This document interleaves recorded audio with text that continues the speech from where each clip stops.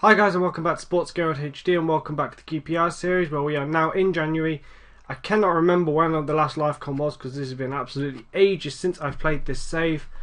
So I'm familiarising myself with where we're at, or actually no, I'm familiarising myself with, it took me a while last night. I played a little bit last night, I played up till this point last night because I was trying to figure out when I did live com. At one point I thought I'd missed out a couple of episodes, then I realised that I'd done them because we did a few episodes, few months together sort of thing, because of a few fixtures I'd forgotten, but I familiarised myself, I now know what's what, and now we're in January. So since last episode, who I cannot remember who it was against, we've had some really mixed performances. Things have gone a little bit downhill, but not too badly at all, considering how badly they could have gone. We've got some transfers to look at. Well, a transfer I've done, transfers that are gonna happen, and transfers that may happen. So yeah, quite a lot bit of transfer work to be done, and also got to look at the fixtures, and also got a bit of news on what's happened in this save with regards to other teams. So let's have a look. I believe last episode's livecom was against Aston Villa, but I could be wrong. I hope it was. We drew 2-2 in that one. Alberto Pelosi and Dribble Cisse got the goals for us. Then we beat Swansea 3-2. Jose Boswinger, Adam Milson and Dribble Cisse got the goals again there. So Dribble Cisse is on a bit of form. It's really quite, what's the word? Not bad, but difficult having three strikers. Obviously Pelosi, Dribble Cisse and Adam Milson all scoring goals, you know, in the two games. So it's quite difficult because it means you got all three strikers on form, so it makes it a little bit difficult to pick who to play really. But then we lost 2-0 to Arsenal at home, playing counter-attacking formation, and yeah, things just didn't go very well, but it was to be expected. It is Arsenal after all. Then we played Wigan and beat them 3-1. Jordi Gomez got an own goal for us, for us. Dribble Cisse then got 2 goals, so again Cisse continuing his amazing form, but that's also left me with a dilemma, which I'll explain in the transfer bit of this video. Then we got thrashed by Man United 4-1 at Old Trafford. Paul Pogba got our only goal. He's had a little run in the team lately. Well, he's been coming off the bench a lot lately. That's what classifies as a run for him, because Fowling is of course the permanent player at this club, and I'm the one I'm playing a lot. So then we went on, lost 3-0 to Wolves. Now this was awful, not just because Wolves obviously back into the Premiership after being in the Championship last year, so you know they're a newly promoted team, so that was bad. That wasn't the worst bit. The worst bit was just how bad we played. Like literally, I'm talking about one shot at home is just appalling. We were dreadful. No matter what I did, I changed the tactics throughout the game. Sorry, I did instructions, I did everything, and nothing worked. So we were just dreadful. We all chose. It was like literally like 11 players all decided to all have bad games on that particular game, and that was quite a critical game for us actually. But then we went and beat Fulham 4-2, and Adel Taarabt got a goal. Junior Hoylett, John Arisa got an own goal for us, and Alberto Pelosi got a goal as well. As you can see, Risa's own goal was on the 80th minute, Pelosi was on the 92nd minute. Now, we were 2-0 up with about 70 minutes gone, then they equalised up, drew up at 2-2, and then we got the winners. But literally, we had a great first half, and then a really bad second half in this game. So it's really mixed performances since the last episode. But all that means is that in the league we are currently sitting in a very respectable 5th, which is amazing because you look at the teams around us. Man City are top, Newcastle are 2nd, which is quite surprising actually how they've maintained their form. Man United 3rd, Arsenal 4th, then is us, then Chelsea are behind us, and then Liverpool, I've not seen a save yet on this game where Liverpool do well. So Liverpool clearly underrated on the game because they're not that bad in real life, so I don't know. And then Tottenham are down 11th, so that's quite surprising as well. But yeah, today we play against... It's an FA Cup game actually. Playing the FA Cup against Brentford, a team we played earlier in the season in the Capital One Cup and beat them 2-1. Dribble Cisse got the goals in that game, so exactly the same location back at the Valley because they're still not in their stadium. So yeah, we've got to look at that. Team, I think I've already put the team. I'll go through the transfers after the video. I think after the game, because I don't think any of the players are in the team. No, they're not. Good. Right, rotated team. German Garman looks in goal. Josebas winger at right back. He's my only right back currently. I'm still working on a signing, another signing. Nadim Anua, Jose Corre, and Georgios Tazavaras at back. And Alejandro Fallin has to start at playmaker because we are light on options. No, Pogba, you can play. Right, I don't know why I didn't pick him. I did that this team selection last night, so yeah. Simao gets the start in the ball-winning midfielder role.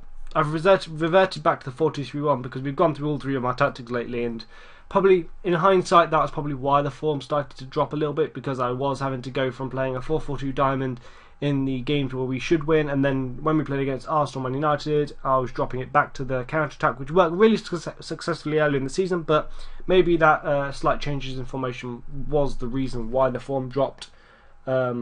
I don't know. Then we got Wilfried Zaha on one wing, Thomas Ince on the other, and Falki starts to... That should be playmaker actually. Starts in the advanced playmaker role. He's been complaining he wanted to terminate his loan, but I've got him till the end of the season and I'm not prepared to cancel that loan because I can't bring another one in. So, yep, he's staying. Adam Wilson gets the start at front, so hopefully he can score some goals. I'll probably talk about some of these transfers during the video actually. Well, during the game. Come on. Come on, I picked the team. There we go. I thought I was going to have a couple of days to go. I was like, no, that's not right. Yeah, I'm on. Do I recognise any of the players of any quality in that team? I recognise some of the names, but they're not very good. So we should win this comfortably. To be honest, regardless if they were good players for the Championship, we should win this anyway, because we are 5th team in the Premier League. We're 5th, so things are going pretty well. Right, I'm going to tell them calmly. Let's give these fans something to cheer about. That's gone quite well. Passionately, now that. And play. I might have to bump that strategy up to attack rather than, or maybe get over to attack later on. Was winger Zaha, Pogba, Adam Wilson feeds it through. No, can't do it. Pogba. Oh god. Oh god, they're like battering their way through here. Oh, they've gone back again. Never mind. Right. Where are we at? Oh god, the window started. As soon as the window opened, right, I was looking from January, from last episode. Well, last Zaha. Oh, I thought Zaha had scored there. Thomas Ince does brilliantly to keep that ball in play. Come on, Savalas, get it in. Somehow, Ince, Pogba, hits it. Oh, rebounds. Where are we doing? It's like ping pong. Come on, do something with it. Somehow, Ince, Admilson, no, Falki. Oh, he gives a foul away. Since, well, last night, because actually no, I started last night. When I started playing last night, I was playing, actually picked up just after the Villa game, I think it was. And I was, from that point onwards, just desperately trying to, they almost scored there. Oh, and again, Admilson, can he break away? I was desperately trying to get rid of Anton Ferdinand and Bobby Zamora, because their wages in total add up to £100,000 a week, which we had £100,000 affected of dead weight, weight wages. Craig scores. Damn it! Come on. Right, I'll bump that up to attack. It's not good enough so far. Yeah, so we had £100,000 to shift off the wages so I could bring in some players. And I tried selling them. I literally went down to naught. I offered them on free transfers to clubs. No buyers, nobody at all, because of the high wages. No teams were prepared to take their wages on, so I had to release them. But in order to release them, because I tried to release them, then the board were quite understandably not willing to pay off the compensation fee because that would be quite inflated.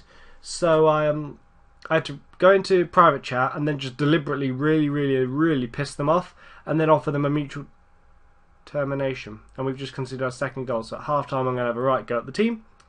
So yeah, I really had to piss them off, offer them mutual termination. They accepted it, so they've both now left. So £100,000 off the wage bill, which is great. But I'd have liked to have got a transfer fee, but I understand no one wanted to take their wages on, to be honest. I wouldn't want to take on £60,000 and £40,000 if I was a team, because they're only Championship players now, for God's sake. So I wouldn't want to take that on. No team can afford it in that level. So, all right. Adam Wilson. Oh God, come on.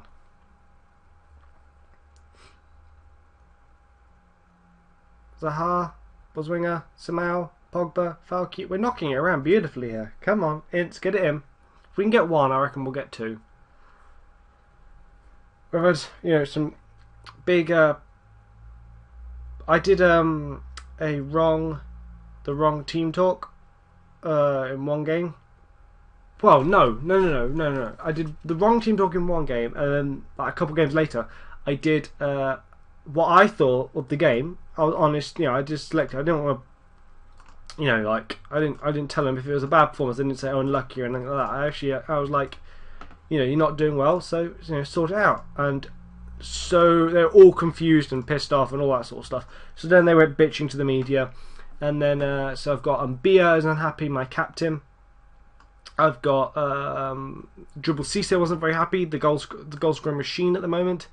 So that's awkward. And I've got who else? Got a couple of others who are just not happy. And then Adel Tarap is just not. My problem with Adel Tarap is that when he plays well. But to play him, I have to play an attacking midfielder.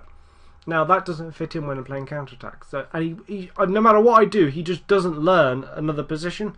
I've had him training that for 1.5 years now, and he's just not learnt it. And other players have learnt two positions in that time.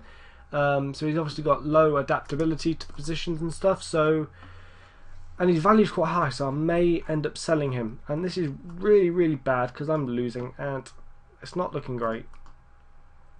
We're looking like we're going to crash out of the FA Cup, but oh well, we're not going to win it anyway, so better go out now than because another problem we've had actually. Now I think of it, another problem we've had with our loss of form, well, inconsistent form, is the amount of fixtures that we've had. Like we're playing every 2 days or so at one point, so around the Christmas period. It's not how it is in real life. They don't play every 2 days or so. It's just a backlog of fixtures the way the game is. And I was having to play literally prioritise games and just completely rotate the team every other game so that players didn't get too fatigued. And that sort of affected our form because players were not only playing different formations, but they were having to play with different guys every game. So that was probably part of the reason, I think. Another bit of interesting news and is that Malaga and Sauch, the French team in the Ligue 1, that both of them have now got tycoon owners. So that's whether or not those tycoons will go and spend big, and we're out of the FA Cup. There we go, we're out. That was a dreadful performance. Well, no, actually, the performance wasn't bad, as you can see on the score, but I'm aggressively telling that was rubbish. Right. One person's pissed off, oh well. Okay, yep, that was terrible. Never mind. Right, but whether or not these two, Malaga and Sauch, will, I don't know how you say their name, to be honest, whether or not they'll spend big, like on previous FMs, I've not seen a tycoon on FM this year's game yet, other than these two. So whether or not they're the same as last year or whatever, I don't know. What? Oh, Danny, what? I thought I'd been warned. I was like, what the hell? Oh, Andy Johnson's now gone on free transfer as well. So we've shifted his wages. So now we're well under the wage budget. So, appalling result. Very disappointed. Right, now transfers. Okay, this guy is joining us in the season. Ali Ahamada, French goalkeeper. He's 22 years old, so he's not even hit his prime yet. Picking him up on a free transfer because his contract is expiring. He's agreed like a rotation contract as well. This guy is going to be pretty beastly, I think. So that's a good deal. got currently in the pipeline free agent deal for Christian Benitez, the former Birmingham City striker. The guy's a tank. He's absolutely amazing, this guy's. And then the biggest signing I've made on this year's game is a potential loan signing of Santi Cazorla from Arsenal. 50% of his wages and like £100,000 signing on fee. This guy, if we can get this done, guys, it'll be amazing. Absolutely, yeah, that's the loan fee, £100,000. Absolutely amazing. Then I'm currently negotiating with Southampton a transfer of Nathaniel Klein, Simon Kia, a free transfer as well for the end of the season. I'm looking at Ku Ja Chiu, another free transfer for the end of the season. Muriel, that didn't go through because he's work permit. And then Gulliman Ochoa, I don't know, Mexican goalkeeper. Again, I'm looking to get him on a free transfer for the end of the season. Now you're probably thinking, you've already got Julio Cesar and you've already got Lux. Lux is leaving at the end of the season. So that'll give us three goalkeepers. I might loan Amada out again or something like that. But then again, I might buy Jack Butland and then have him come at the end of the next season, sort of thing, so he gets another year playing regularly or something like that. So I don't know, might do something like that. So it's quite exciting times, particularly with the goalkeeping situation. Plus, you've got to bear in mind, Julio Cesar is old now. He's very, very old. Now, with regards to transfers, why is he not on my shortlist? I want him. Right. Jose Altidore. I want Jose Altidore. I want Jose Altidore. I don't want John Joseph. I'll keep him on my shortlist though, just in case. I want Joe Allen. He could be quite a cool signing to make. He could be quite a good one. Generally, there's loads on the market. Oh, I know what's pretty beastly. You look at this, right? You're thinking, that's 3 Spanish players. That's pretty awesome on the market. You know, Santi Cazorla, Javi Garcia, Pedro Leon. Unrealistic targets ticked off. Juan Mata, Lewis Holtby, Javier Pastore, Jesus Navas, Kevin Gamero, Oscar, Santi Cazorla, as you can see. Chatomi's on there. Gary Cahill's. Oh god, Gary Cahill. Get a list. Get a report. Get a report. Go, go, go, go. Will he join us? Because sometimes they're a little bit unambitious when they say. When you tick unrealistic, sometimes it's because the board, the assistant isn't ambitious like you are. If that makes sense. Jose Calderon is on the list as well. James Milner. I don't want James Milner. I don't think he's a very good player in real life, let alone in the game. Ooh, Courtois. I want Courtois. Beastly goalkeeper. So Pasta. I'm not even going to say that. Look at this guy's stats. If I could get him, that would be like mind-blowingly good. He'll be the best defender at the club. Got another report on him. I'm not going to join, but Michael Essien. God, look at the talent. Oh my god. I wish these players would join. Hey up. Stefan Radu, where is he these days? Where was that one? Where was it? I swear I saw Stefan Radu. Maybe not. I swear I did. Yeah, there he is. Stefan Radu, this guy's a beast as well, but who's bidding for him? Benfica. I wonder, will he join me? Get a report. Right. I wonder, who wants Mata? Oh, Barcelona want Juan Mata. Oh my god. Can you imagine Barcelona team in real life with Mata in it as well? Lewis Holtby. They only bought him in the summer. They only bought him and he's already unhappy. Why is he unhappy? Thinks the club is underachieving. Where are they in the league? I'm sort of just like rambling now and going through other. Whoa, PSG down 6th. If they choose to sack him, I'm jumping at that. I don't care. I'm going. Because that would be amazing. He's under pressure. He is. He's under pressure. I'm not going to declare interest because that just ruins my position. But if they sack him, I'm going for that job in a heartbeat.